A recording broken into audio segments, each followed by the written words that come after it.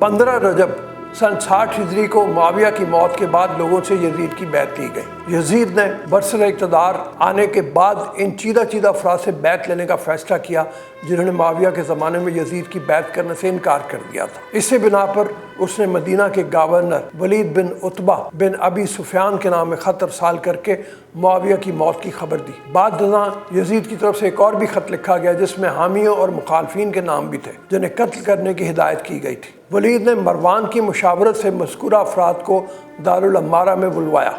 इमाम अपने 30 अजीज़ व अकारब के हमरा दारुल अम्मारा पहुँचे। वलीद ने उन्हें मुआविया की मौत की खबर सुनाई और फिर यजीद का पढ़ के ख़त सुनाया जिसमें उन्होंने हुसैन से अपने लिए बैत लेने की ताकीद की थी। इस मौके पर इमाम हुसैन ने वली से कहा, क्या तुम इस बात पर राज़ी हो कि मैं रात की तारीकी में यजीद की बैत करूँ? मेरा ख्याल है तुम्हारा मकसद ये है कि मैं लोगों के सामने यजीद की बैत करूं। वलीद ने कहा, मेरी राय भी यही है। इमाम ने फरमाया, बस कल तक मुझे मोहलत दो ताकि मैं अपनी राय का ऐलान करूं। वलीद ने दूसरे रोज़ असर के वक्त अपने अफराद को इमाम के यहाँ भिजवाया ताकि आपसे जवाब वसूल करे।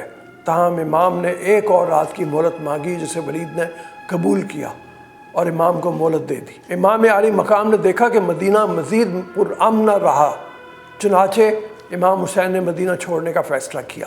मदीना से हिजरत से कबल दोबारा वलीद बिन उतबा ने इमाम हुसैन को बुलवाया और फिर बैत का तकादा किया। इमाम आली मकाम ने वली से फरमाया कि हम रिसालत नबूवत के अहले बैत और मलाइका के नज़ूल के महल हैं।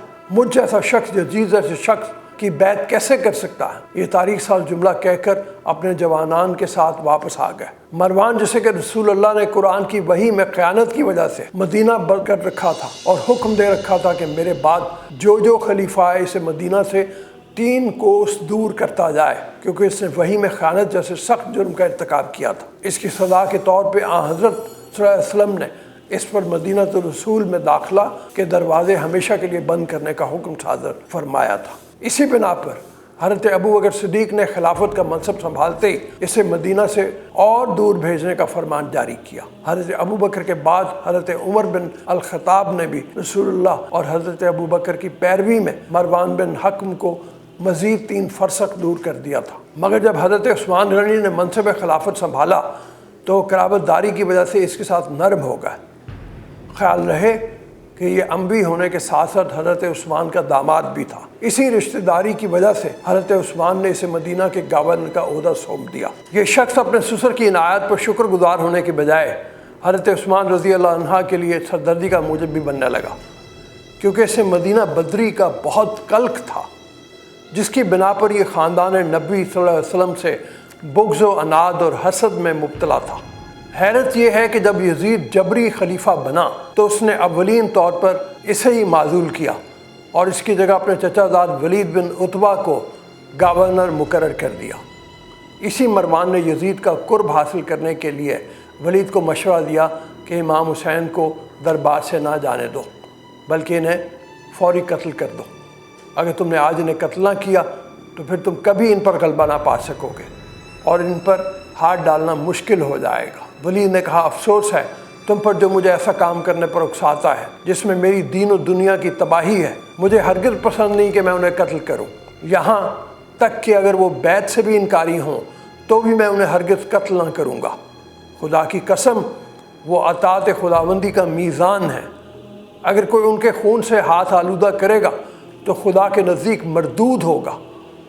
वलीद चूँकि सुलझू शख्स था इसलिए उसने मरवान का मशवरा तस्लीम करने से एतराज़ किया और इमाम आली मकाम रज़ी अल्लाह अन्हा की राह में हायल ना हुआ।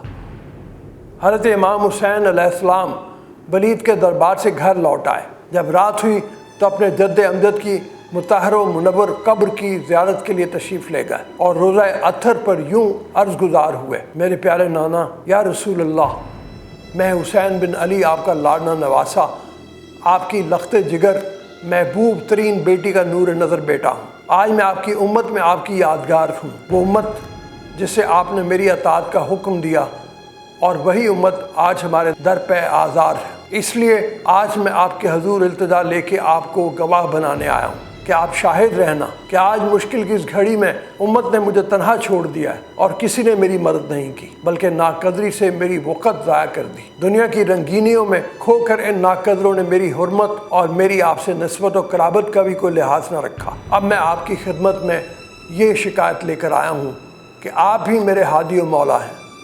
بعض روایات کے مطابق آپ نے رات بھر اپنی مادر گرامی حضرت فاطمہ اور اپنے بھائی حضرت امام حسن کی قبر مبارک پر حاضری دی اور وہاں نماز پڑھی اور وداع کیا اور صبح سویرے گھر لوٹ آئے۔ بعض روایت میں آیا ہے کہ آپ نے 2 رات تک اپنے نانا رسول خدا صلی اللہ علیہ وسلم کی قبر مبارک پر رات گزاری۔